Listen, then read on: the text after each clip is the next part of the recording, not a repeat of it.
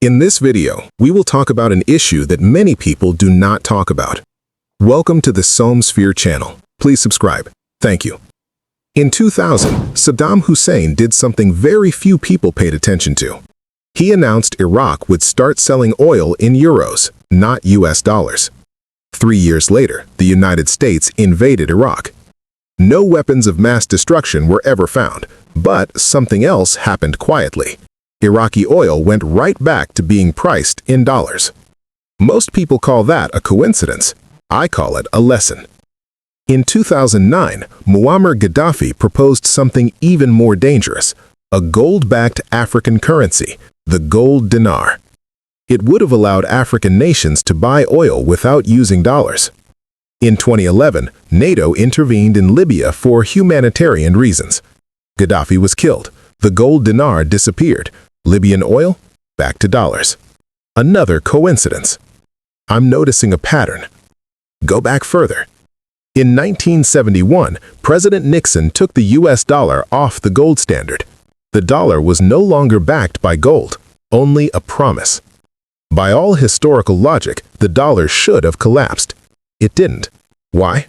Because 3 years later, Henry Kissinger cut a deal with Saudi Arabia. The deal was simple. Sell oil only in US dollars, and the US military will protect the regime. From that moment on, every country on Earth needed dollars to buy energy. That wasn't free market economics. That was force-backed monetary policy. Or, more honestly, a protected racket. And it works as long as the military can enforce it.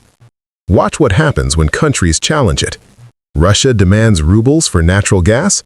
Sanctions, escalation. Syria discusses pipelines priced outside the dollar system. Civil war intensifies, pipeline never happens. Iran tries to sell oil outside the dollar. Decades of sanctions. I'm not saying these are good governments or bad governments. I'm saying watch what happens when anyone threatens the petrodollar system. Once you see it, the pattern isn't subtle. SWIFT is not a neutral payment system. It's a weapon. Get cut off from SWIFT and you're locked out of global trade. Russia, Iran, Cuba, Venezuela. Different politics, same outcome. They don't teach this in school because it's uncomfortable. We don't send 18-year-olds to die for freedom. We send them to protect reserve currency status. Currency funds the military. The military protects the currency. That's how empires work. Britain learned this the hard way. The British pound was the world's reserve currency for nearly 200 years.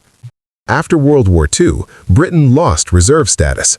Within 2 decades, the British Empire collapsed. Same cycle. Dutch guilder, British pound. Now, the US dollar. Ray Dalio has been warning about this for years. Late-stage empire looks like this.